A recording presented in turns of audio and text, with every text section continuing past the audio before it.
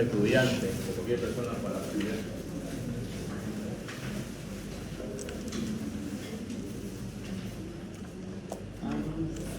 Claro, estudio.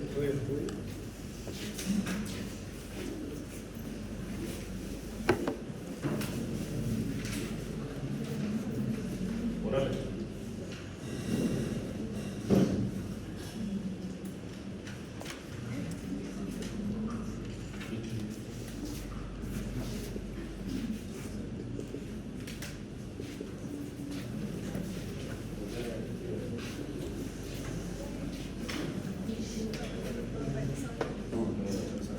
No se vaya a hacer. La que usted cree.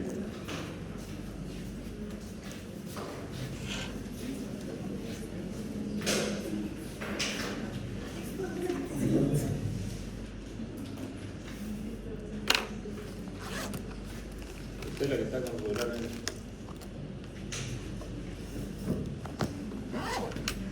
Ponga las 3 que creo que está acá.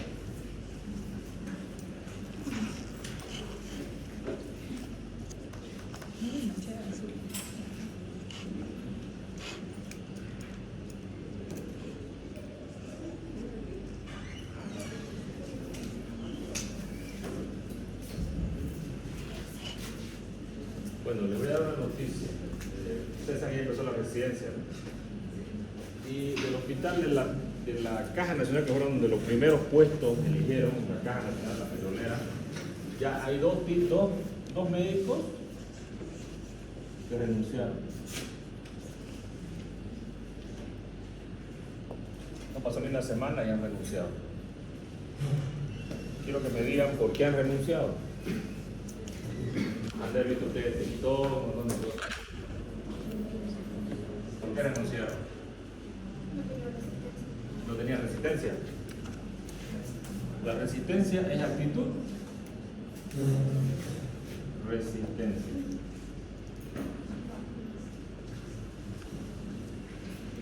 ¿Por qué renunciaron? ¿Por qué creen? El año pasado renunciaron igual del hospital francés dos residentes el año pasado. ¿Usted por qué cree que renunció? Resistencia, no tenía resistencia. ¿Alguien más que tenga otra idea? Presión. La presión del trabajo. ¿Cuál sería la presión del trabajo? Yo les puedo contar algo, digamos, porque estoy viendo a mi hijo que está ahí en vivo directo. Entra a las 4 de la mañana a hacer a las 4 a.m. tiene que entrar al hospital. Y se levanta a las 3 a.m. para hacer su desayuno e irse al hospital. Pero al hospital se va, digamos, ahora es lunes. Si le toca turno, va a salir el día martes la otra vez salió a las 11 de la noche. Y después tiene que entrar el miércoles nuevamente a la misma hora. Pero como el miércoles ya llegaban sus jefes, él no quiso irse a levantarse a las 3 y se fue a las 2. ¿Cuánto ha dormido en todos estos días? ¿Hay presión o no? ¿Y será que ustedes van a tolerar esa presión cuando quieran ser residentes de un hospital? ¿La tienen que aguantar o no? ¿O ustedes a la primera van a decir me voy a la semana? Porque si van a decir eso, me van a ir ahorita. ¿Para qué vamos a esperar tantos años que pasen? Porque ustedes están esperando llegar a ese momento o no. Entonces, cuando hablamos de la aptitud, vienen a ser todos los conocimientos que nosotros nos enseñan en la universidad, ¿no es cierto? Yo les voy a mentir y decirles, no, es un paraíso la residencia, hermoso. Bueno, cuando yo era residente nunca iba a las 4 de la mañana, por acaso, digamos. Nosotros íbamos a las 6 de la mañana, estábamos en el hospital. Hacíamos ya por medio, casi todo el año se da por medio. Pero nunca era a las 4. Yo no recuerdo que tenía entrado nunca a las 4 de la mañana, ¿no?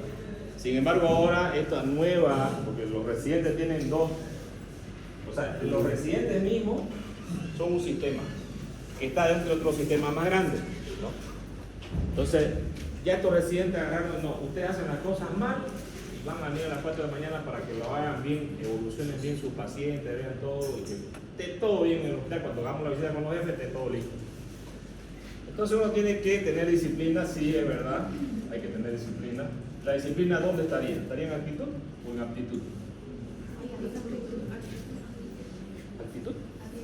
Ya, disciplina, actitud. Set de conocimiento, ¿dónde estaría eso? Aptitud, correcto. El conocimiento viene a ser la aptitud. Dentro del conocimiento nosotros tenemos también el conocimiento que es teórico y el conocimiento que es práctico.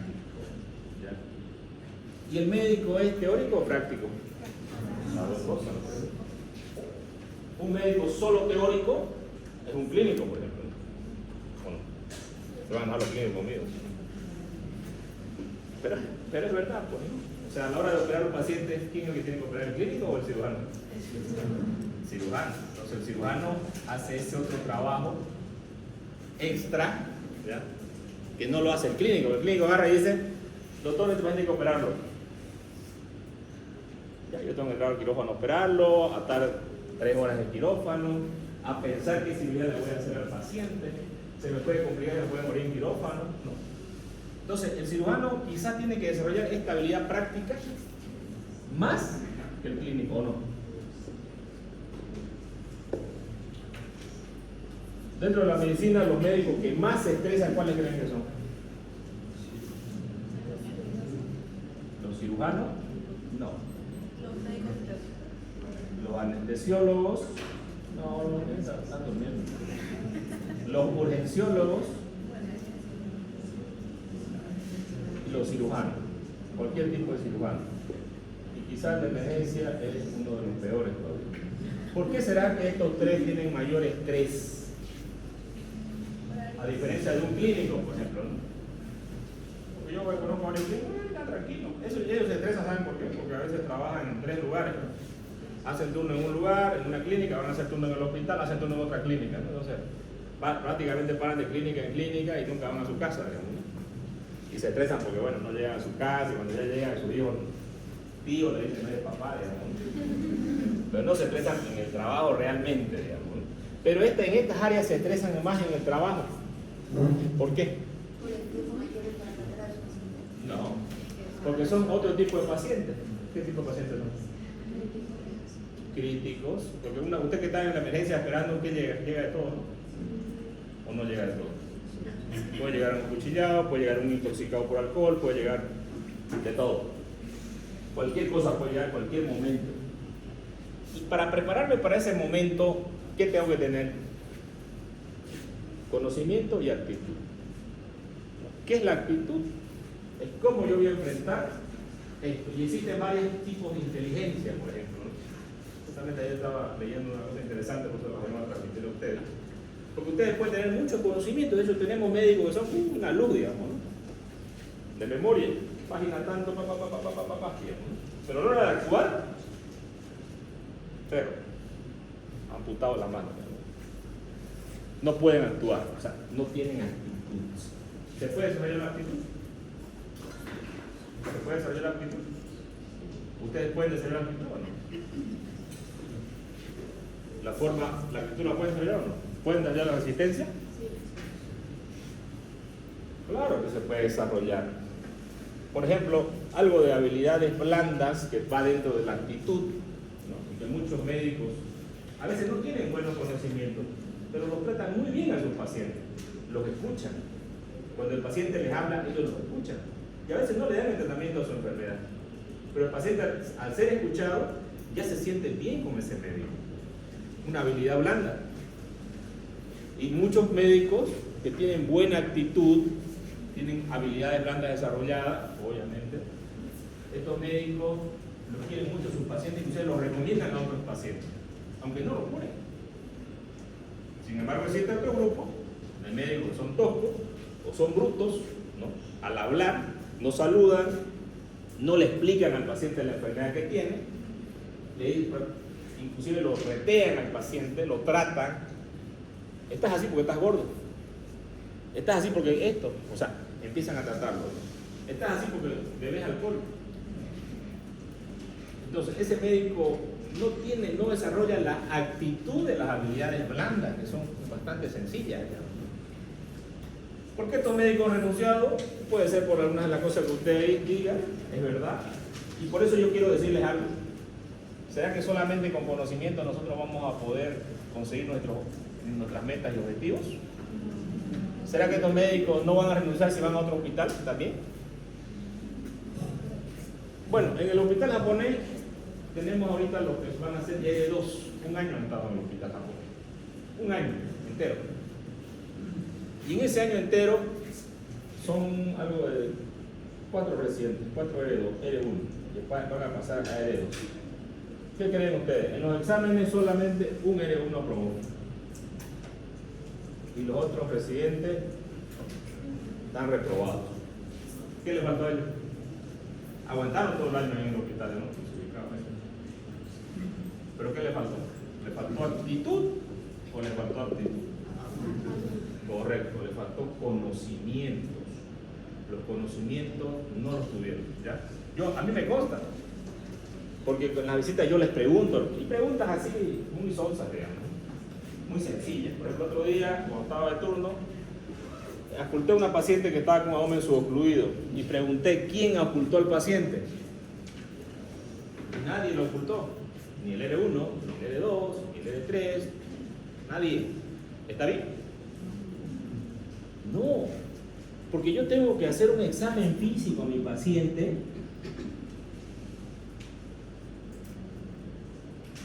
Tengo que evaluar sus laboratorios y tengo que evaluar sus estudios de imagen. Estos jóvenes se hacen en todos los pacientes. Yo no puedo revisar un paciente o presentárselo a mi jefe sin haber yo evaluado al paciente.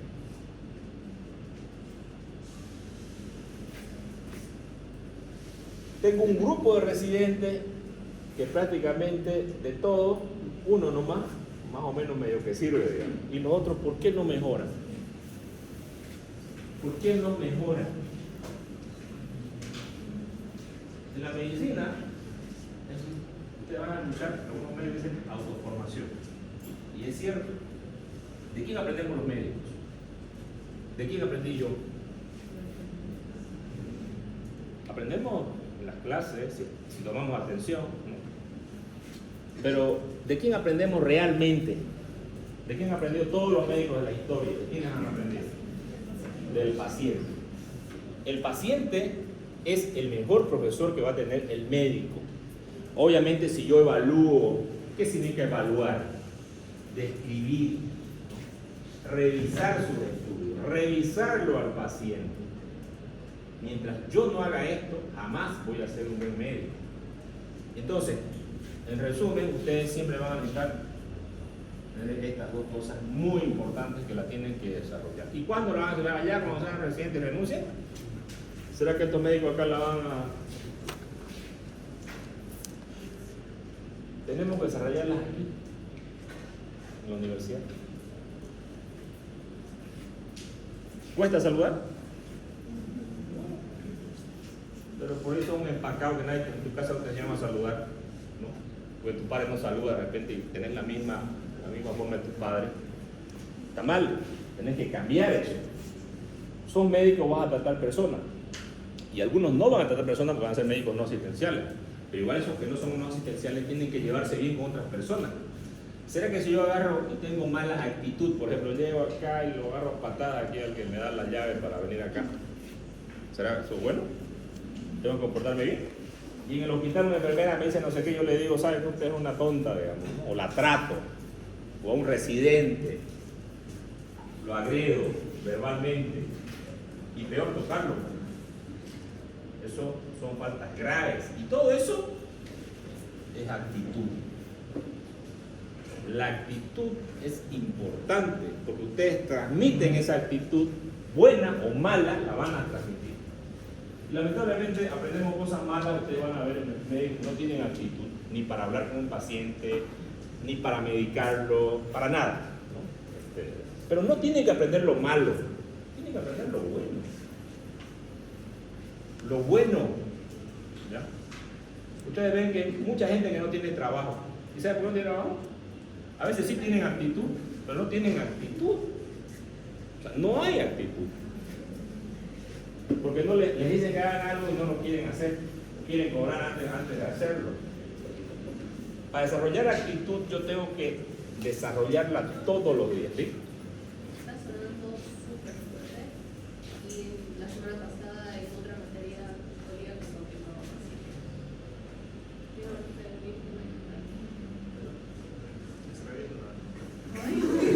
¿Qué quieren que me esté haciendo? Por si revienta cerca de ustedes. Bien. Vamos a empezar acá. Bueno, eso solamente para tenerlos al día de lo que es la vida del médico y del residente. Porque después no digan, el doctor Veranti no me contó, no me dijo que todo era un paraíso, era Disneylandia, la residencia. No es Disneylandia por si acaso, ¿ya? Y ahora, si ustedes quieren ser, a ver, ¿dónde harían ustedes su internado si van a la residencia? Son así, ¿dónde harían su internado? ¿En un lugar donde los traten como a príncipes? Si yo quiero, exactamente, si yo quiero ir a la guerra, soy un soldado que me voy a preparar para la guerra. ¿Será que si voy a la guerra todos los días aprendo cómo comportarme en la guerra?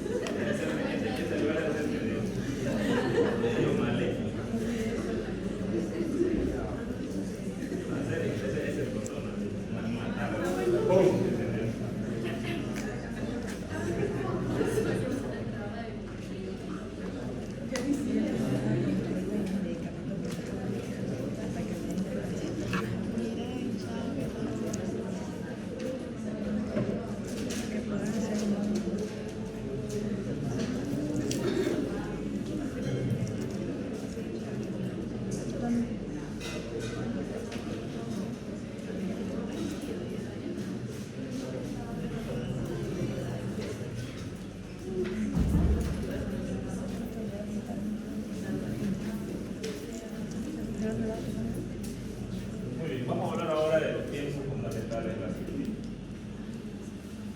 Fíjense ustedes que para cualquier tipo de cirugía que nosotros vamos a realizar, ustedes me pueden nombrar cualquier cirugía ahora. En todas estas cirugías se utilizan estos tiempos fundamentales.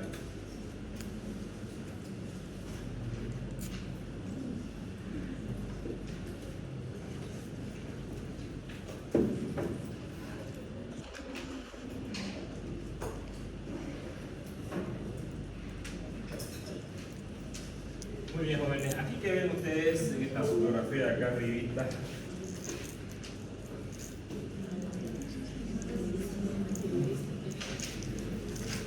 ¿será que en la vida como médicos estamos así? Sí. No sabemos el paciente que vamos a atender, si no va a ser un problema legal, si lo vamos a atender mal porque estamos distraídos. Vamos a dejar una compresa en quirófano en un paciente y después nos vamos a meter en un juicio. O sea, la vida del médico realmente es una vida bastante estresada. Y peor la del cirujano. O la de los médicos de urgencia, ¿no? Y que, obviamente también de los clínicos, por favor. O de cualquier médico. El médico puede cometer un error al dar una receta. Y ese error puede ser garrafal y puede matar al paciente, ¿no? ¿Saben cuál es el peor enemigo del médico? ¿Saben? El otro médico. El otro médico. No hay amigos acá. Ustedes van a estar solos el día de mañana. Solos. No hay compadre, comadre, no hay nada. Lo que te casé con tu novia de la universidad va a estar con vos. Estamos separados, estamos solos. Y para los problemas legales también estamos solos. Cuando damos una receta, cuando hacemos una indicación, cuando entramos a una cirugía, estamos solos. Entonces nosotros debemos estar siempre preparados, ¿no? Y siempre con la guardia en alto, ¿no? Siempre hay un desafío. ¿Yo tengo que entrar con mis 5 sentidos a hacer una cirugía? ¿O tengo que estar con mi celular a ver, quiero ver la película esta de Netflix mientras estoy operando? No se puede, ¿no es cierto? Entonces yo tengo siempre un desafío. Cuando hablamos de los tiempos fundamentales, significa que esto se va a aplicar en todo tipo de cirugías, ¿no? En todo tipo de cirugías.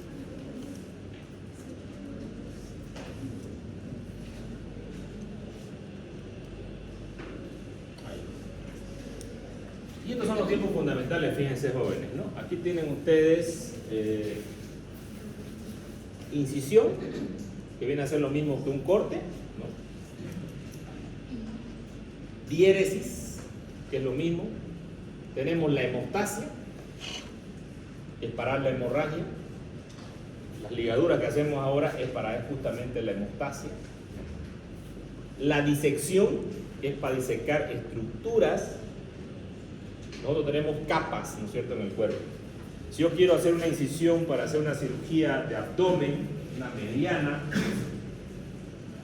¿no?, por encima del ombligo, tendría que hacer esta incisión de acá. ¿Qué capas voy a atravesar? Primero va a estar la piel. Debajo de la piel, el celular subcutáneo. Debajo del celular subcutáneo, la aponeurosis. Debajo de la aponeurosis, el músculo, ¿no? Si entro por la línea media, voy a tener lo que se llama la línea alba, que hay una fusión de las dos aponeurosis del recto anterior. El recto anterior tiene dos aponeurosis, una aponeurosis anterior y una posterior. ¿Por qué son importantes estas aponeurosis?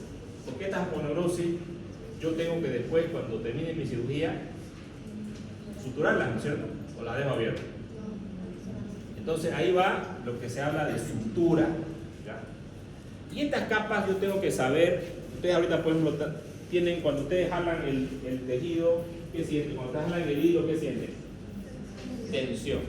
Entonces cada una de esas capas, ¿qué es la tensión, digamos, no? Es la fuerza que va a tener una estructura, ¿no?, para no romperse. ¿Cuál es la propiedad o la función de nuestra pared abdominal? ¿Cuál es la función?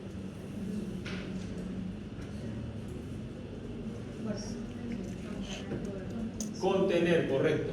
Contener las vísceras intraabdominales. Si yo tengo una herida, o me operaron, se me infectó la herida y se me abre la herida, las vísceras van a salir hacia el exterior. ¿Por qué salen? Porque no hay contención y porque tengo yo dentro del abdomen presión positiva. Entonces mis órganos abdominales están dentro de una presión positiva. Entonces para que yo tenga la herida acá, me voy a eviscerar. Eviscerar, que salgan las vísceras hacia el exterior. Por eso que es importante suturar bien la aponeurosis. Es un tejido bastante duro. Ustedes han visto alguna carne en estos ratitos que ustedes han hecho. Han visto hay una capa blanca, ¿no es cierto?, que es un tejido bastante duro y firme, que nosotros debemos reparar. Y esta reparación la tengo que hacer con un tipo de número de hilo. No puedo hacerla con un 3-0, por ejemplo, porque la fuerza de tener 3-0 se va a romper. Yo uso un hilo más grueso, puede ser un 0 o puede ser un 1-0, ¿no? Luego tengo la tracción. ¿Qué es la tracción? ¿Qué es la tracción? Es agarrar un tejido, por ejemplo, y traccionarlo. Por ejemplo, si yo quiero sacar el apéndice, ¿no?, y el apéndice está allá adentro, agarro el ciego, ¿no?, con una pinza aro, lo agarro el ciego y lo puedo llevar hacia arriba. Tracción.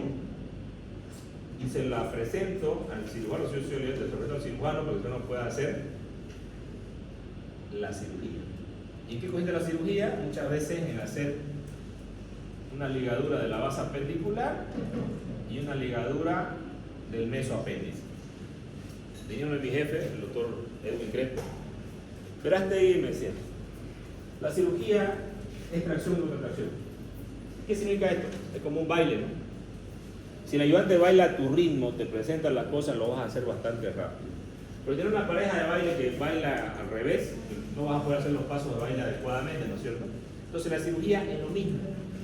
La tracción y contratracción es todo lo que es en la cirugía. ¿Qué es la separación?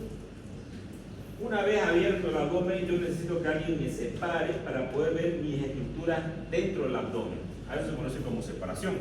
O si voy a abrir el tórax, o si voy a abrir el cráneo, ¿no? Cualquier cavidad del cuerpo que yo voy a abrir necesito separación. O si voy a abrir la pierna, si voy a operar el hueso, o voy a hacer una venotomía.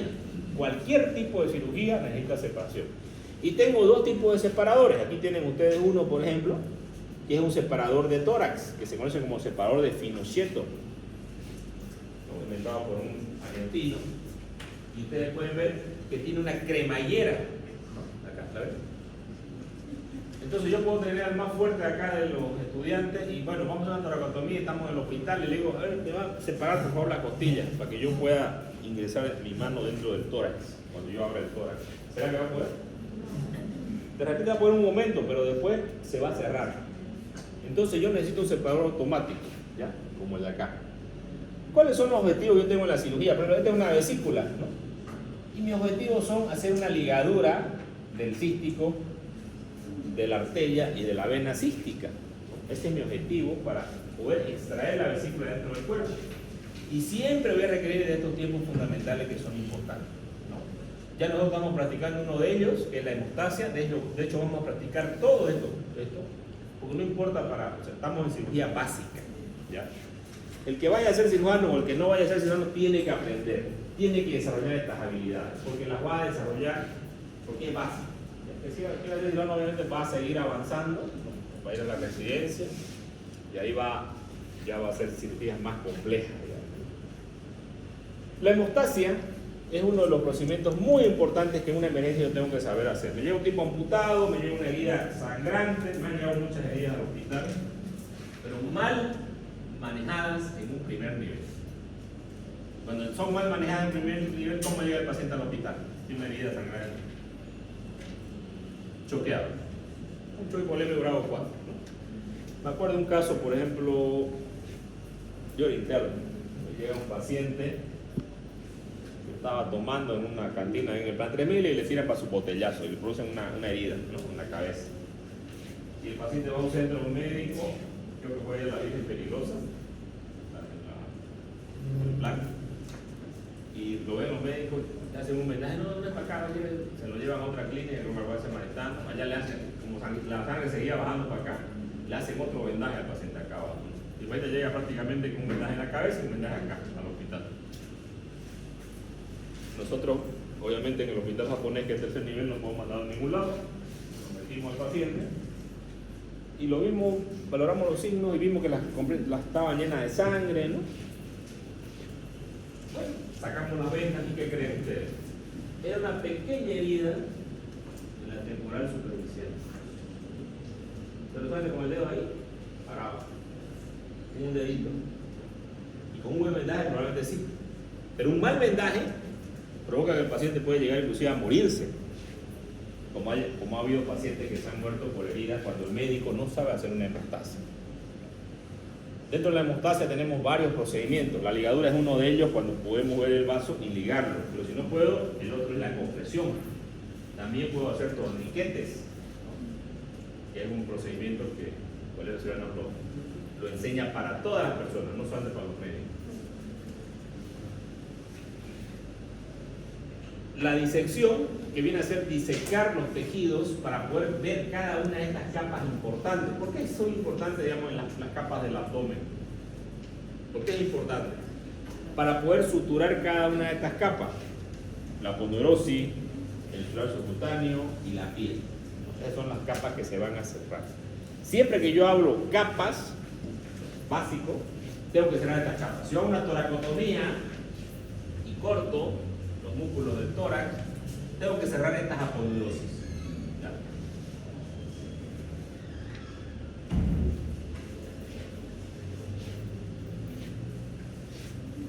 Es importante saber las incisiones del abdomen, ¿no? Aquí tenemos, por ejemplo, una incisión que es al lado derecho, que se llama incisión de Kocher, o también se llama subcostal derecha, ¿no? Tenemos la incisión Mercedes-Benz, fíjense ustedes que es como el Mercedes-Benz. Esta incisión se hace a veces para hacer una cirugía de páncreas, ¿no? También se conoce como Chevron. También tenemos la incisión mediana, aquí el ombligo, suprainfraumbilical lo usamos mucho en emergencia porque tenemos abordaje de todo el abdomen por acá. Y cuando yo entro a un abdomen, ¿de qué se mueren los pacientes en un hospital, en una emergencia? ¿De qué se mueren? Un trauma abdominal. ¿De qué se muere rápido una persona? Correcto, de una hemorragia. La hemorragia puede ser causada por una lesión de órganos macizos como el hígado, el vaso, el mesenterio, la aorta, la cava. Puede ser por una herida punzocortante, ¿no es cierto? O por un proyectil de arma de fuego. ¿Cómo yo controlo, cómo yo hago la hemostasia en un paciente que recibe una herida por arma de fuego? ¿Qué es lo que yo debo valorar como médico? ¿Y dónde yo debo apresurarme? Por ejemplo, una noticia fue en Argentina, creo, no me acuerdo si fue en Salta, en uno de estos. Un tipo estaba a todo volumen ahí al frente de su casa, con la música, y el otro le dice que por favor se la baje. Y yo dice que no, le da la gana. Entonces una pistola, ¿no? Estaba ahí que le da hasta que le disparó. Un solo disparo. El paciente queda un rato y después luego se sienta y muere. ¿De qué muere? Probablemente de una hemorragia, de un shock hipovolémico hemorrágico. Entonces, ¿qué tengo que hacer yo si un paciente me llega con un sangrado dentro del abdomen? Yo tengo hemorragias externas e internas. En las externas ustedes agarran y comprimen, ¿no? Donde sea. Presión. Y para la hemorragia. Si pueden hacer torniquetes, si es la pierna, le hacen. Pero hay lugares donde no se puede hacer torniquetes, por acá, por la ingle, en las axilas, no pueden hacer torniquetes en el cuello. Bueno, sentido común, ¿o no? Pero en otros lugares sí, pero las hemorragias dentro del abdomen o del tórax, ¿qué ustedes pueden hacer? ¿Cuál es? Correcto. Hay que abrir, dicen. Pero nosotros somos médicos, bueno, o sea, ya estamos medio a la mitad. Tenemos que hablar con propiedad. ¿Cuál sería el procedimiento quirúrgico que vamos a hacer? Una incisión. A esa incisión se conoce como laparotomía. Laparotomía. ¿Qué es tomía? Corte. También hay un sinónimo. Yo a mi residente le tomaba examen cuando era jefe de docencia, le ponía celiotomía. Y me dicen, ¿qué será eso? Y es el sinónimo de laparotomía. Celiotomía. Sinónimo de laparotomía. Celiotomía. Entonces, ¿yo este abordaje lo tengo que hacer rápido o tengo que hacerlo lento? ¿Y será que yo me voy a estresar mientras estoy haciendo esto o no? Ya, claro que sí. Pero nosotros, los médicos, que nos gusta esto, no a todos les gusta, yo sé. Nosotros, cuando estamos haciendo esto, estamos, actuando, digamos. Nos gusta esta cosa. Ahí al hospital, yo era residente del tercer año. Residente. Llega una señora joven, de unos 25, su esposo le había disparado acá un tiro acá, otro tiro en el pecho y otro tiro en el abdomen. 3 disparos. La señora llega choqueada, hipotensa, taquicárdica, somnolienta. Lo primero que hicimos nosotros es revisar vía aérea. Todavía respiraba, le pusimos oxígeno, respiraba y vimos donde estaba la herida por arma de fuego, le pusimos un tubo de tórax, salió sangre, 1 litro más o menos. Pero eso no podía haberla choqueado, digamos, ¿no? Tendría que ser más cantidad todavía. Entonces pensábamos que el problema estaba en abdomen. En ese tiempo teníamos la ecografía, no podíamos usar la ecografía en emergencia, pues sabíamos que tenía un tiro en el abdomen, probablemente era el hígado que estaba sangrando. Pero aún así teníamos que ponerle vías y las enfermeras no podían canalizar. Le hicimos 2 venotomías, porque estábamos los 2 R3. Una venotomía en la safena interna que está por encima del maleolo, ¿no? Del maleolo. Ustedes tienen una vena acá, en esta parte de adelante. Ustedes agarran su maleolo, tobillo. Por delante hay una vena que es bastante gruesa. El acceso a esta vena es muy rápido. Prácticamente uno hace una incisión, mete una gel y la saca Ahí le metimos una sondita, ya todo el equipo de suelo entra a esa, y la subimos al quirófano. ¿Cuánto tardamos en esto? 20 minutos, o menos probablemente. En ese tiempo, ya el cirujano estaba listo en el quirófano, abrimos el abdomen y encontramos el trauma hepático, ¿no? La bala había perforado el hígado y el hígado estaba sangrando. ¿Y qué es lo que hicimos en el hígado? Contener la hemorragia con compresa. Ahora se conoce como empaquetamiento hepático, o en inglés se dice packing, ¿no? Solo colocamos compresa, nada más, ya estuvo, paró la hemorragia. ¿De qué se llama el paciente? De hemorragia. ¿Y cuál es la otra causa de muerte de los pacientes que llegan a una emergencia? Con un trauma de abdomen. Sepsis, bien. ¿Por qué es la sepsis? Por una fuga intestinal. Entonces ustedes tienen dos tipos de fuga: fuga intestinal y fuga de sangre. Si es una cirugía de control de daños, que el paciente está muriendo y está mal, ¿será que ustedes pueden agarrar y hacer una rafia de intestino así de luz? ¿Cuál es el objetivo principal? Que si entra un paciente grave a la emergencia y al quirófano, sacarlo lo más rápido del quirófano. A eso se le conoce como cirugía abreviada o cirugía de control de daños, ¿no? Que ese es un concepto nuevo que antes nosotros no hacíamos eso. Se ve una lesión de intestino, nos poníamos a reparar el intestino, tiramos 3 horas ahí operando, la cirugía salió decíamos una maravilla, pero se nos murió el paciente, le decíamos. Entonces nos dimos cuenta que haciendo eso se nos morían los pacientes. Entonces hay un nuevo paradigma y nosotros hacemos solamente lo más importante. Si vemos un intestino que está jugando contenido intestinal, agarramos y lo ligamos todo el intestino. Y evitamos que haya fuga intestinal al abdomen. ¿Cuánto nos lleva una ligadura? ¿Cuánto le lleva a ustedes a ligar una estructura? Es rápido, ¿no? ¿Será que el tiempo es importante para salvar la vida de una persona o no? Entonces, si yo paro la fuga del intestino y la hemorragia, ustedes ya, su cirugía está realizada. No es necesario inclusive cerrar el abdomen en esos pacientes. A veces lo hacemos como se llama con laparostomía contenida. Le colocamos una bolsa de suero estéril, ¿no? Y queda el paciente, le suturamos la bolsa para que no salgan los intestinos. Laparostomía contenida. Entonces, las dos cosas en las que se muere un paciente son esas. Muy bien. Luego tenemos las incisiones quirúrgicas, que tenemos que saberlas entre todo el abdomen, ¿no? Por ejemplo, tenemos la inferior, la que es de cesárea, es la Van Steel. Aquí tienen otros nombres, por ejemplo, Lance la han puesto, ¿no? Aquí está la de McBurney. También la lineal se llama Rocky Davis. Acá tenemos una paramediana superior. También hay la de Gallagher, la incisión de Kosher, ¿no? Y tenemos, como tenemos cirugías abiertas, también tenemos cirugías laparoscópicas, ¿no? Las cirugías laparoscópicas son mediante trócares, colocamos dentro del abdomen para ver qué estructura vamos a operar. Depende. Si voy a operar, por ejemplo, el apéndice, voy a meter mi cámara por acá para valorar el área donde voy a operar. Si voy a operar la vesícula, voy a meter mi cámara hacia arriba para valorar todo lo que es la vesícula biliar arriba. ¿Qué será esto? Yo le digo, describan esta foto. Ustedes tendrían que escribir una mano con guantes. ¿Qué será esto? La piel. ¿Qué será esto? Celular subcutáneo. ¿Qué será esto? Un separador. ¿Qué será esto? Otro separador. ¿Qué será esto acá? Una jeringa. ¿Qué será esto? Una aguja. ¿Y qué será este contenido que tiene? Blanco. Parece pus. Y sí, señores, es pus.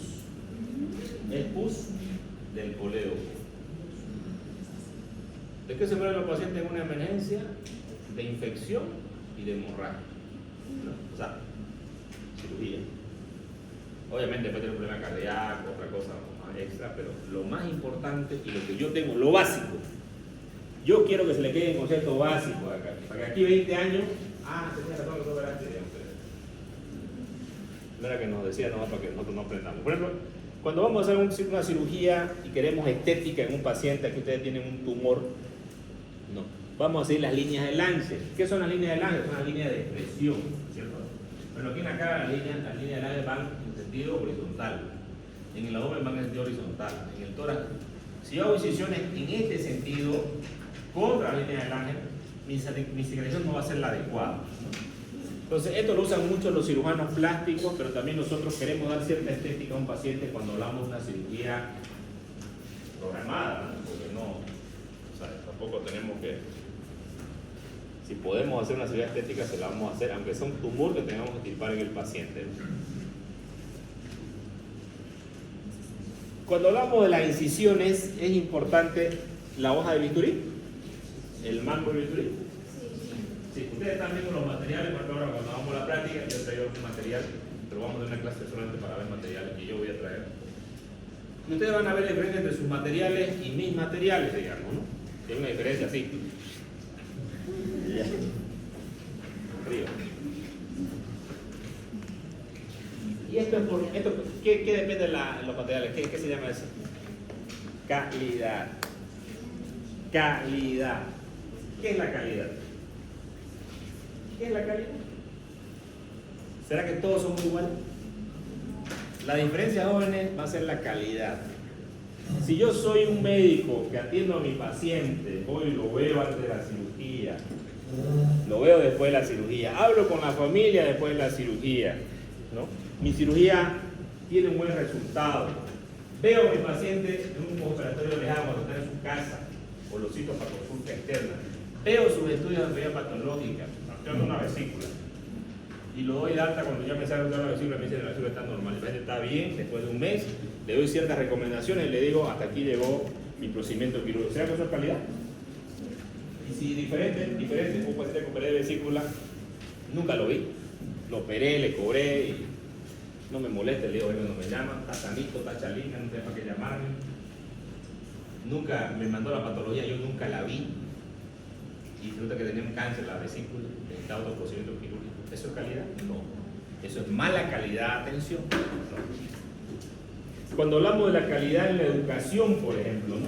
Ustedes pueden tener un excelente docente que les transmita todo lo que ustedes quieran, pero si ustedes no asimilan la transmisión porque no están atentos a la transmisión, se les pasan se les van a pasar las cosas, digamos, porque están distraídos en otra cosa, ¿no? que el partido, que no sé qué, está jugando Real Madrid, que gana, que mete, que no sé qué, o soy apostadorcito por ahí, ¿no? Porque hay algunos que son ludopáticos acá. Tenemos diferentes ludopáticos, ¿no? Que empiezan a apostar ahí, ¿no? En una clase. Entonces, yo tengo que tener atención. La calidad es eso, jóvenes, ¿no? Cuando hablamos de materiales, también la calidad, ¿no es cierto? En los vehículos, en todo hay calidad, y en las personas también hay calidad.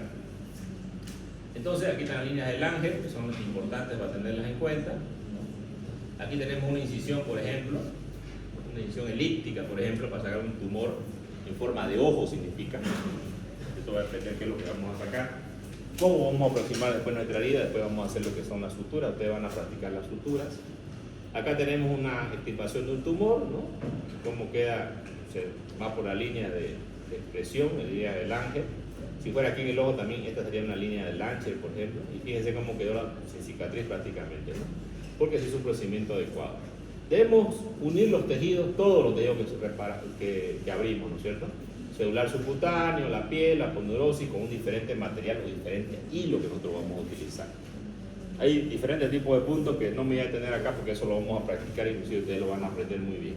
Hay diferentes tipos de suturas, o sea, algunas para una sutura interna, por ejemplo, con el nudo que queda dentro de la misma.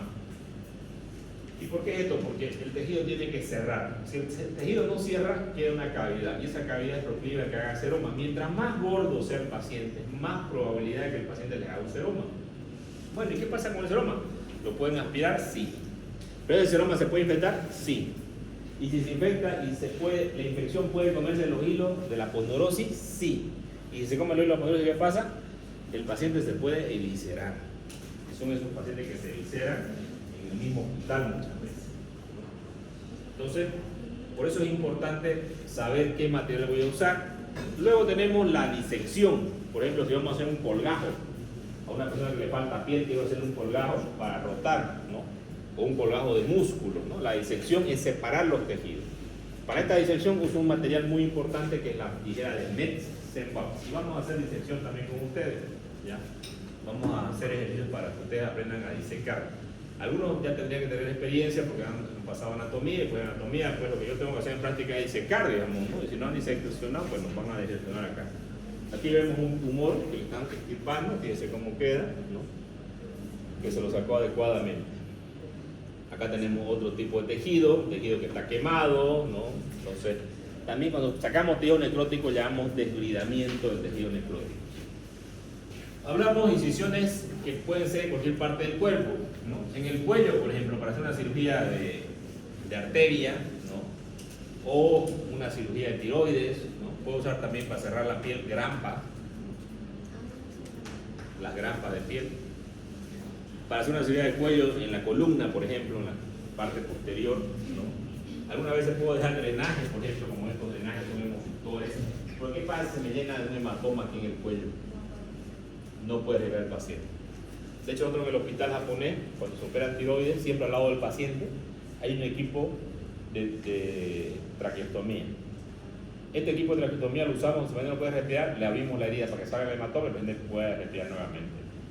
Pero siempre dejamos hemosuctores y por eso la verdad que muy pocas veces hemos abierto.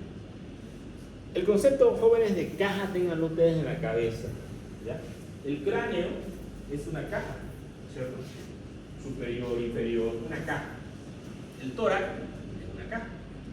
El abdomen es una caja. Tiene un límite superior, un límite posterior, un límite lateral, un límite anterior y un límite inferior. Y acá tenemos nosotros algunos procedimientos que se hacen en los pacientes. Por ejemplo, aquí tenemos una toracotomía universal, ¿no? Que se llama posterolateral, yo hablo así el tórax hasta acá. Esta toracotomía tiene cierto abordaje que me va a dar a mí el paciente. Yo recuerdo un caso de un paciente que llegó ahí al hospital japonés, mi residente era R2 y tenía un R1. Llegó el paciente a las 3 de la mañana, más o menos, choqueado, hipotético. Resulta que el paciente estaba tomando, era su cumpleaños, con sus amigos, y se acabó la platita y quería comprar más trago. Y fue a despertar a su mujer. Y le dijo, no molesté, le dijo la mujer.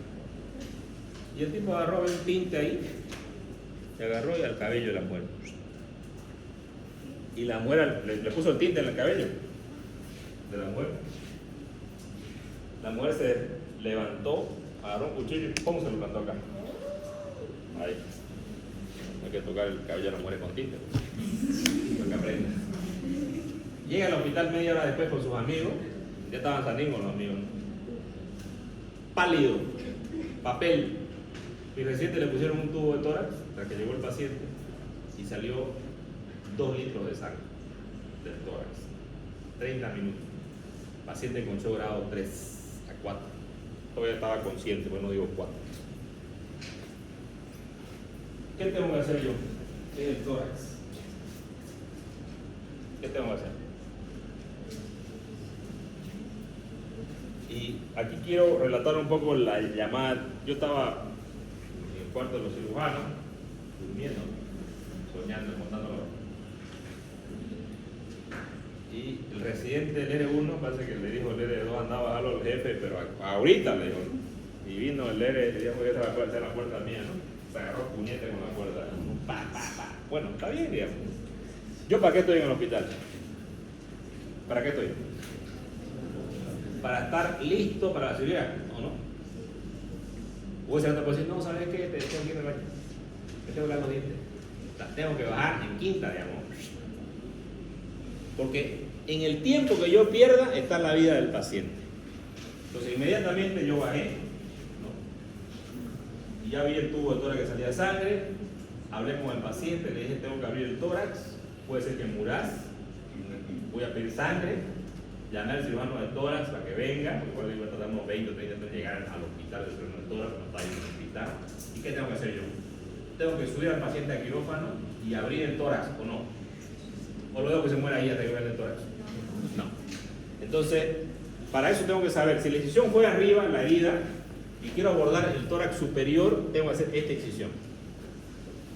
Entonces, entré al quirófano, lo tengo que dar al paciente lateral en la camilla y tengo que abrir, hacer la apertura del tórax, ¿no? Hice la apertura del tórax y yo lo que pensé que la lesión era de subclavia, ¿no? Pero cuando ya abrí el tórax, y estoy en la cúpula del pulmón y la veo, voy a decir, ahí traigo un cabo, justamente en la cúpula del pulmón y sangrar. Estaba bien. Le puse un puntito, 3 nudos simples, se acabó. No sangró más. Lavé todo, le metimos oxígeno, el pulmón respondió. Llega el turno del tórax y me dice, no sé para qué me llamaste. Va a disculparme, tiene que venir usted. Pero no tengo nada que hacer ya ahora acá, me dice, ya lo solucionaste. Disculpe, soy muy eficiente. Bueno, el paciente dejó de sangrar, como le pusimos sangre, líquido, el paciente mejoró completamente, ¿no? Salió de quirófano prácticamente sin droga vasoactiva, salió sin tubo, lo sacamos a UCI. Al día siguiente yo salí con el paciente en la mañana, conversé, me dice, sí, ¿vas a andar a tomar? No, le tengo miedo. No la denuncié. Bueno, al final fue que el paciente se fue bien, ¿no? Pero la historia ya ha sido otra, ¿no? Y pasó un carnaval justamente hace unos años que a un hijo de un médico que estudiaba medicina en México, que estaba junto con otro tipo, con uno que había disparado a una enfermera, y en venganza le dispararon también al hijo del médico, en el tórax. Llegó con la herida de tórax a una clínica, no sé el nombre, bueno, F. En la clínica F estaban esperando que llegue el cirujano cardiovascular. Hasta que entraron, ¿qué pasó? ¿Qué creen que pasó? Se murió el joven. El joven de medicina se murió. Solamente este pequeño relato es para que ustedes sepan que en la emergencia, si no estamos preparados para eso, abrir el tórax lo puede hacer cualquier cirujano. Abrir el abdomen lo puede hacer cualquier cirujano. Controlar la hemorragia lo puede hacer cualquier cirujano. Inclusive un médico podría hacer una laparotomía y controlar la hemorragia, pero lo único que hacemos con controlar la hemorragia es comprimir dentro donde esté sangrando. Ustedes no podrían hacer una ligadura en ese pulmón. Si era una ligadura, te di un punto ahí, tic, tic, tic, no juega más. Algo muy sencillo, pero abrir el tórax es fácil. Sí, es fácil. Tengo que saber cómo abrirlo y dónde, nada más. ¿No? Alguien criticó en el pase de turno al día siguiente y dijeron, ¿por qué no hizo una toracotomía anterior con el paciente Chava? Y el cirujano vascular levantó la mano y dijo, lo que hizo Verate es lo adecuado porque el acceso era arriba. Si yo hacía una toracotomía anterior abajo, no iba a llegar acá arriba, ¿no? No llegaba. ¿Pero qué creen que para eso qué hay que tener? Aptitud. Si yo tengo conocimiento, obviamente nunca voy a quedar mal con el procedimiento que yo haga. Pero si yo no tengo conocimiento, voy a quedar mal. Aquí tenemos el separador de fino quieto. ¿Hasta qué hora la clase? Hasta los 40, ¿no? ¿Ah? Ya, no falta. Tranquilos. Tenemos también la toracoscopía. Así como hacemos la paroscopía en abdomen, también podemos hacer en toracoscopía. Ahora hay procedimientos toracoscópicos, ¿no? Obviamente ustedes en una incisión, ¿no? En hoy de trauma hacemos abierta nomás, todavía no se hace toracoscopía, digamos, pero sí para programar, digamos, ¿no? Y el toracoscopio tiene un monitor, tiene unas cámaras, ¿no? Donde uno puede observar, ¿no? Y ya no usamos el fino quieto y no hacemos aperturas grandes del tórax. Una toracotomía es una cirugía bastante dolorosa para el paciente en el postoperatorio, que obviamente tiene bastantes problemas. Aquí tenemos la biotoracoscopía, siempre fuera se da un tubo, ¿no? Tenemos las toracotomías, varios tipos de toracotomías, ¿no?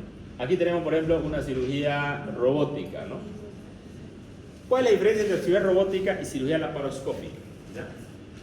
En la cirugía laparoscópica nosotros tenemos pinzas que son rectas, pero en la robótica las pinzas pueden hacer este movimiento, ¿no? De articulación. Y el cirujano va a estar en esta consola, es una consola, no está con el paciente.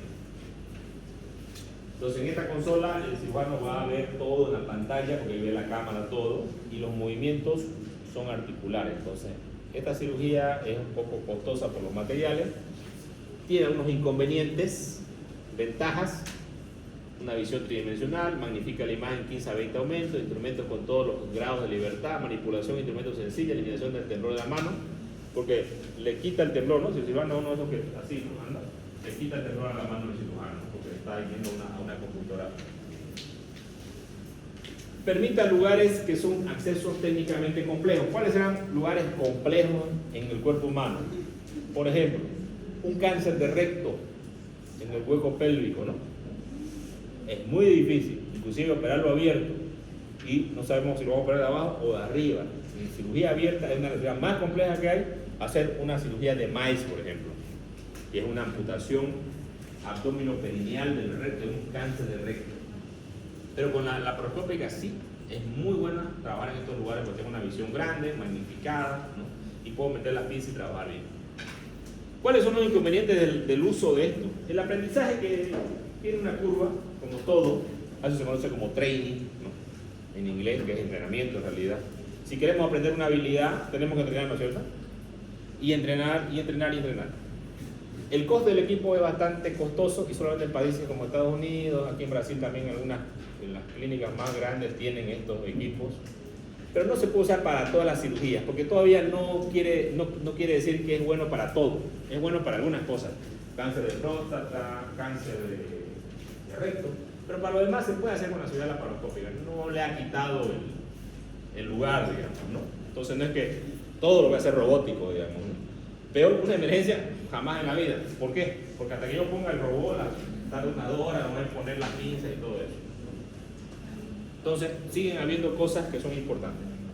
Aquí quiero dejar un mensaje que les quede claro también. Nosotros los cirujanos o los médicos nunca tenemos que ser amantes de los procedimientos, ¿no? El médico, el cirujano que aprende a hacer robótica, todo lo que hace robótica, ¿no? Hasta una uña, robótico. Es absurdo, digamos. Yo tengo que ser amante de los resultados, no de los procedimientos.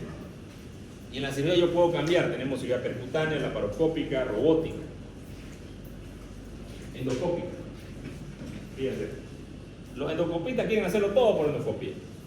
Los laparoscopistas quieren hacer todo por laparoscopía, ¿no? Y no es así. Debo yo hacer el mejor procedimiento para el paciente. ¿Quién es el más importante? El paciente. Nosotros, al que le demos más respeto en un hospital, cuando entramos al hospital, es al paciente. Primero, como estudiante, yo aprendo del paciente. Cuando soy cirujano, sigo aprendiendo del paciente.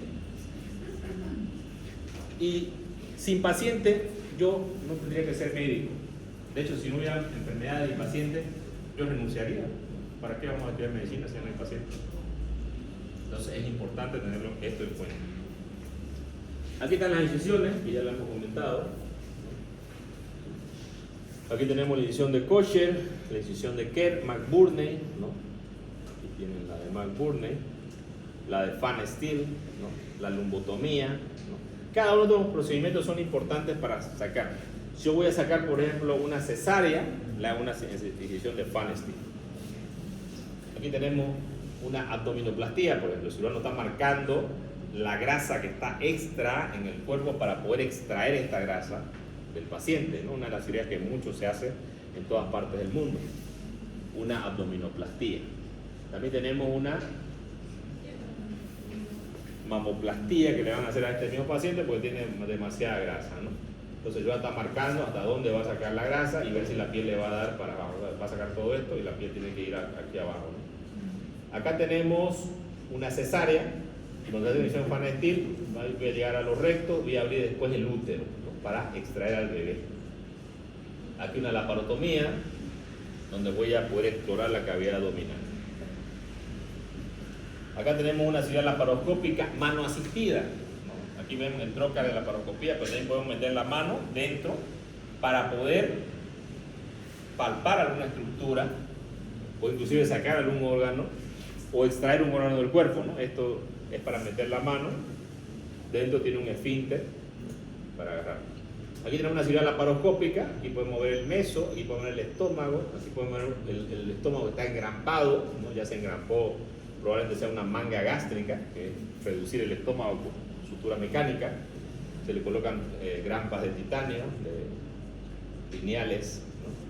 Aquí tenemos una colostomía, que se le hace a un paciente que tenga, por ejemplo, un Fournier, que es una infección a nivel del periné, no necesitamos que vayan las heces fecales por allá. Le hacemos una colostomía en asa, de colon sigmoides, ¿no? Sacamos el colon acá. Acá tenemos un poquirúrico, una herida mediana supraintraumbilical. Será importante saber las heridas. Cuando yo veo el abdomen y hago mi inspección y yo valoro una herida, le pregunto, ¿de qué lo operaron, señor? Y si yo veo una herida y un paciente está obstruido, ya puedo pensar que pueden haber adherencias, ¿no es cierto? Si veo esto, ¿qué será este orificio que hay acá? Que había, digamos. Probablemente un drenaje que dejaron ahí, ¿no? Y acá, ¿qué será esto? Una bolsa de colostomía. Aquí tenemos una histerectomía, que es una de las cirugías igual que muchos hacen por mioma, ¿no? En útero, una hemorragia también. Entonces, hace una histerectomía donde el cirujano tiene que ligar la arteria uterina para evitar que el paciente sangre, tenga una hemorragia. Y luego tengo que cerrar la cúpula vaginal, ¿no? Porque si yo no cierro la cúpula vaginal, ¿qué pasa? Si la dejo abierta, ¿qué se sale por ahí? Este error pasó mucho en Estados Unidos, empezaron a hacer cirugía robótica y los pacientes se iban a su casa al otro día, a los 2 días, y después estaban ahí teniendo la ropa y después se salían los intestinos por la vagina. Se pueden eviscerar los pacientes si no se sutura la cúpula vaginal. ¿Serán importantes los materiales? ¿Por qué son importantes los materiales?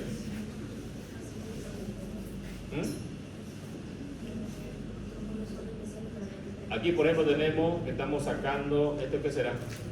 Un forceps. ¿Es prohibido? Sí, o sea, no se usa siempre, ¿no? Pero hubieron muchas lesiones por el mal uso de estos forceps en los pacientes. ¿Yo necesito el sentido común, jóvenes, para hacer algún procedimiento o no? ¿Qué es el sentido común? Dice aquí su compañera, esto es prohibido. En realidad era mal utilizado y muchos niños le apretaban y les producían hemorragias intracraneanas, ¿no? Porque los cirujanos que no tenían experiencia apretaban muy fuerte. Ayer estábamos con unos estudiantes haciendo uno y raro rompió el hilo, digamos, ¿no? O sea, ¿yo tengo que tener cuidado con la atención? Sí. Por ejemplo, en el hospital, en un hospital, no me acuerdo qué hospital, un niño salió de quirófano y los internos, ¡ay, no vamos a bañar al niño! Y todos los niños felices con él. ¿Y qué creen? Lo quemaron. Porque el agua estaba muy caliente. O ya después hizo un escandalango así, gigantesco. Al final los internos tengo que pagar, creo, no sé qué. Pero si nosotros hacemos las cosas, tenemos que hacerlas con cuidado. Todos estamos con seres humanos. Si usamos materiales, con cualquier material yo puedo deshacer a una persona, con cualquiera. Puedo yo salvar la vida si soy un buen cirujano, que yo soy prudente, si yo soy un cirujano que agarro las pinzas adecuadamente, ¿no? Y si me olvido dentro del abdomen, ¿será que también puedo matar a una persona? Sí. Yo tengo que no dejar ninguna pinza dentro del abdomen, ¿no? ¿O la tengo que dejar? No. Entonces los materiales son muy importantes para que nosotros hagamos nuestra cirugía. Esto nos puede pasar en algún momento de nuestra vida. Fíjense, esta es una película, ¿la han visto? Es un piloto que de pronto está muy nervioso. Yo como médico me puede pasar un problema legal o puedo tener una muerte de un paciente que no la quería tener, ¿no? Y puedo sufrir esto, un estado de shock, ¿no? Este piloto de pronto se pone nervioso y no puede pilotear su nave, ¿no? Pero al final logra, con la ayuda del otro piloto, logra aterrizar, ¿no? Y después que aterriza, ¿no? Él tomó una decisión que muchas veces algunos médicos también la toman. Por ejemplo, cuando llegó el tiempo del COVID, había médicos que no atendieron un paciente, dejaron de atender todos, no se renunciaron a la medicina, pero dejaron de atender al paciente. Entonces acá llega el piloto, este es su jefe, y le da sus alas, ¿no? Le dice, yo ya no voy a volar más porque quiero estar con mi familia. Le dice, no, pero pensalo. Le dice, no, ya tomé la decisión. Dice, no. Entonces como médico nos puede pasar por un momento esto, podemos tener la aptitud y de pronto un momento de eso tenemos pánico, ¿no? Nos fue mal en una cirugía, o nos fue mal en un tratamiento, o hicimos las cosas mal y un paciente murió porque nos cuidamos, nos pusimos a ver el celular, nos pusimos a charlar y cuando charlamos se nos pasó la cosa y se nos murió alguien. Y nosotros dejamos el servicio, ¿no? Esto le pasa al piloto. Por eso es importante que nosotros no escatimemos en ningún detalle. Si queremos ser buenos en lo que hacemos, tenemos que hacer todos los detalles. todos los detalles. Por ejemplo, acá tenemos unos mangos de bisturí que son largos, ¿no? Sentido común. ¿Dónde usar estos mangos largos? Sentido común. En cavidades profundas, ¿cierto? Ahora, yo tengo, fíjense, varios tipos. ¿Para qué usaré este de acá que tiene, hace una garra, ¿no? Una garrita, ¿ven? ¿Para qué lo usaré? ¿Lo usaré para abrir? No. Es para sacar puntos, ¿no? Yo agarro, le doy la vueltita y tic, y los puntos para afuera. Este bisturí de acá, si no me equivoco, es el número 11, tiene una puntita triangular. ¿Para qué lo usaré? ¿Lo usaré para abrir bien? ¿O lo usaré para hacer una traqueostomía? Para una traqueostomía.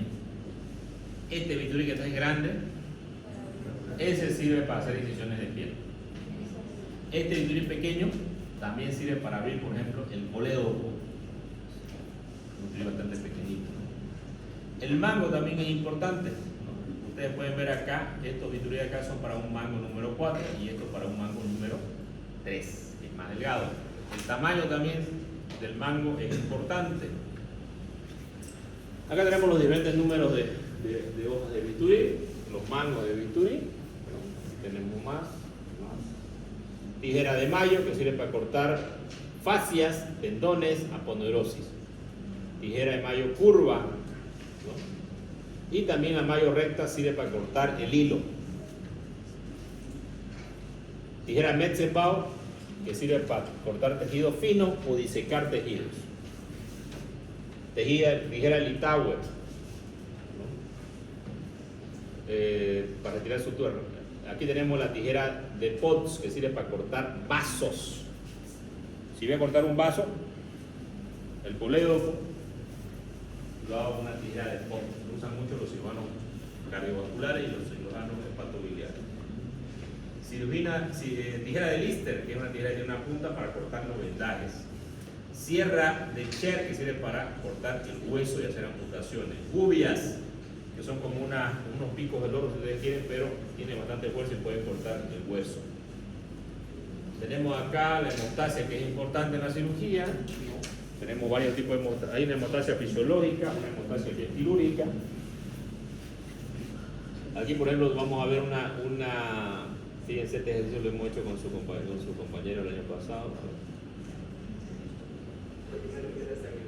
Fíjense acá, estamos haciendo una simulación de sensibilidad mediana. Lo hacemos con un tejido que es similar al del ser humano. Este es el cartílago cricoides, ¿no? Aquí está la tráquea, hemos cortado un pedazo de tráquea para que simulemos lo que es hacer una traqueostomía, cortar el cartílago traqueal, que es similar al cartílago de un humano, ¿no?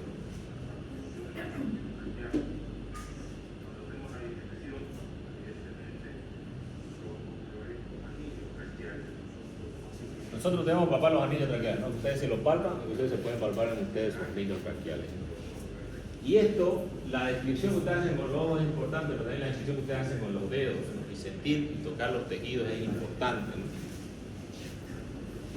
Aquí estamos viendo cómo es la cánula de traqueostomía, que es una cánula que tiene un balón, ¿no es cierto?, que se infla acá, ¿no?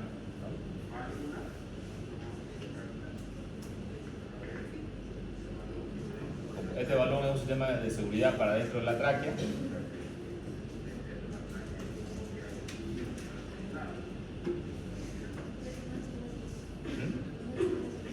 Sí. Vamos a hacer esto en una práctica también con ustedes. Ya estamos esperando que nos traigan las mesas de acero que dice que nos van a traer cuando no nada. Tenemos una mesa que nos la sacó su querido doctor Rebollo. Dice que era de él, no sé. Yo siempre lo usaba él. Lo hemos pedido, supuestamente nos lo van a traer, vamos a ver. Aquí estamos haciendo la incisión, ustedes lo van a hacer, podemos hacer en forma de U, en forma de H, recta. Lo importante acá es colocar la cánula dentro de la tráquea. Este procedimiento lo hace un cirujano, pero cualquier médico tiene que estar capacitado para hacerlo en una emergencia. Un terapista, cualquier. Antes, cuando había la enfermedad de la peluche.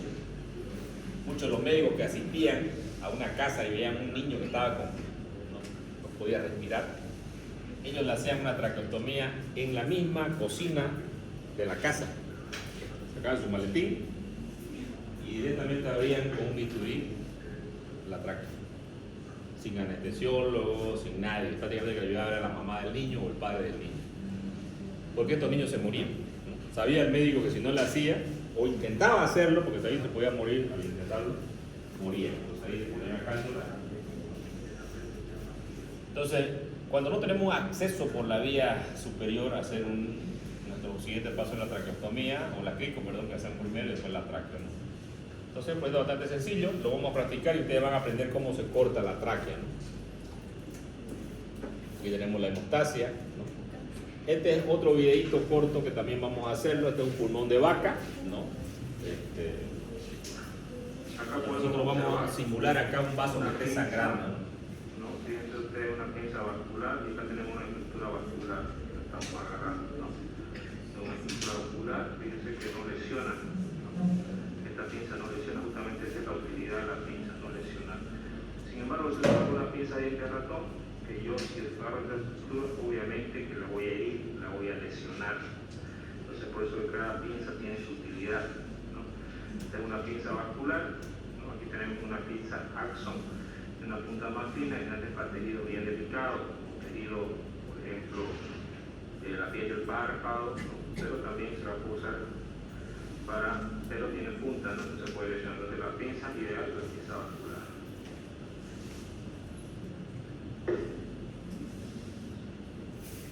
Aquí lo que hacemos es hacer una disección de un vaso, una disección, ¿no? Para hacer y lo canalizamos, una venodisección, una anatomía, luego metemos suero y hacemos lo que va sangrando y hacemos un punto hemostático, ¿no? Un punto de transficción. Ahí va a buscar una colateral simplemente para canalizarla y poder ponerle suero y simular una hemorragia, digamos, ¿no? Como sería en un campo quirúrgico, ¿no? Una simulación quizás casi real, digamos, lo que sería, tocaría en un quirófano. Ahí está la colateral, luego la canalizo. Ese es el procedimiento que se llama venotomía, ¿no? Tengo Ese es un catéter, puede ser de lo mismo que ustedes han usado, al menos que lo tienen por ahí guardado. Y acá tengo para la introducción dentro de la vena. Entonces, acá está la vena, la colateral. Ustedes eso muy bien. Esa es la venodisección. Esta es una pinza disectora, o también llamada mixer, pequeña, fíjense, esta es la vena, ¿no? Calibre pequeño, sacado. Voy a hacer una ligadura.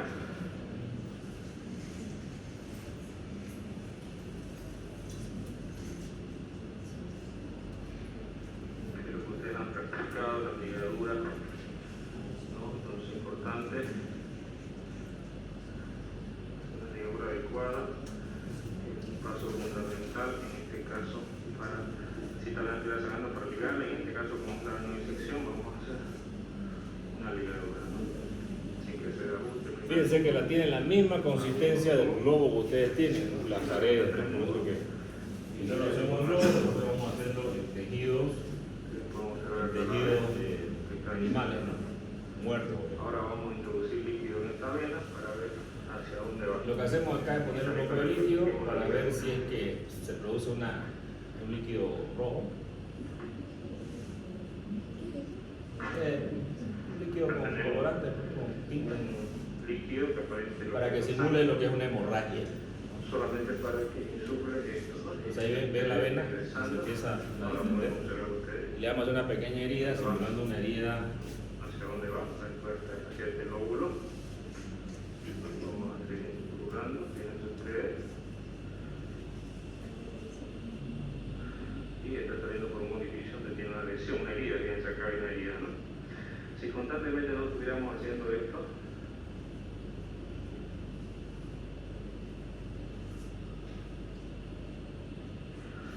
hay una fuga de líquido del pulmón. Pero vamos a hacer una disección en la parte distal para que solamente observemos la vena. Ahí estamos disecando, estamos canalizando y luego vamos a hacer la hemostasia.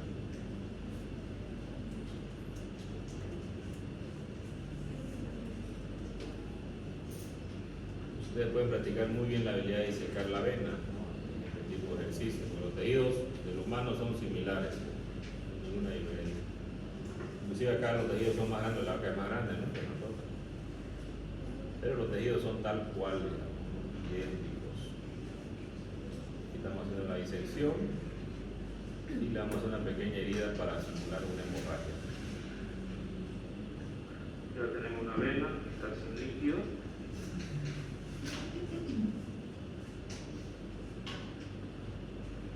Voy a insuflar líquido. Fíjense la presión que ejerce, cómo se insufla, ¿no? Digamos que sea un vaso sangrante, ¿no? Que esté sangrando constantemente, entonces yo voy a ligarlo. Puedo hacer esto, colocar esta pinza, ¿no? Y inmediatamente ustedes van a ver que ya no sangra. Fíjense. Las pinzas sirven para parar la hemorragia, Corre la ¿no? pinza y ya no hay pérdida de sangre. Entonces esta es la forma de agarrar un tejido para con sangre. Tenemos otra forma con las pinzas Tevis, ¿no? La pinza Tevis, por ejemplo, es otro material hemostático que tiene la misma función. Fíjense ustedes, lo coloco acá abajo. Si ustedes no cierra, ¿será que sirve? No sirve. Aquel que no cierra, no sirve. Entonces ahí es donde hablamos de la calidad. Lo que no cumple el objetivo, lo que no da satisfacción, digamos, al cliente.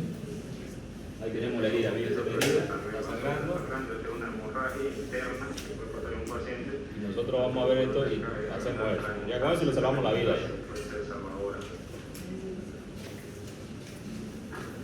Luego hay dos formas de ligar.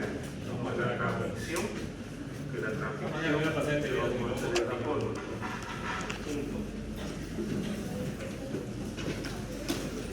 Ahora, me había olvidado algo. El examen práctico lo vamos a dar la siguiente semana. Hasta este mismo ejercicio que vamos a hacer esta semana. La siguiente semana examen práctico. Examen teórico, calculo que unas 2 semanas vamos a hacer. Más o menos, Luis.